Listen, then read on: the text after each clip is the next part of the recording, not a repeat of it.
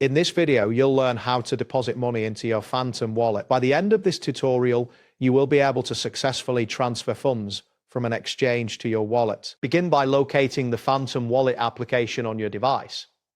Open the app to reveal the main dashboard where you can access your wallet's features. Make sure you are connected to the internet before proceeding. Next, look for the option labeled Receive on the main screen.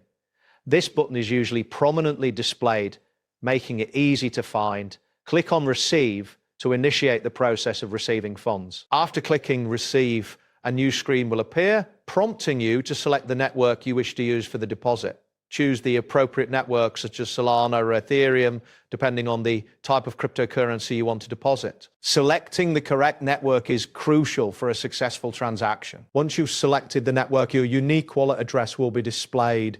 Take a moment to copy this address by clicking the copy button.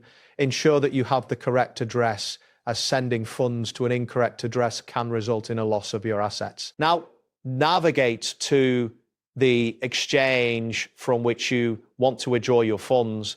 Log into your account and locate the withdraw option. This is typically found within your account settings or on your balance overview page. After selecting withdraw, you will be prompted to paste your wallet address.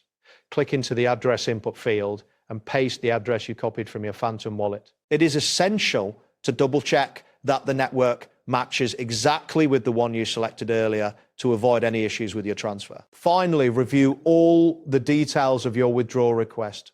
Confirm that the amount and the wallet address are correct. Once you are certain everything is accurate, proceed to confirm the transaction. Depending on the exchange, you may need to complete additional security verifications before the withdrawal is processed. That wraps up today's guide. Thanks for watching and catch you in the next tutorial.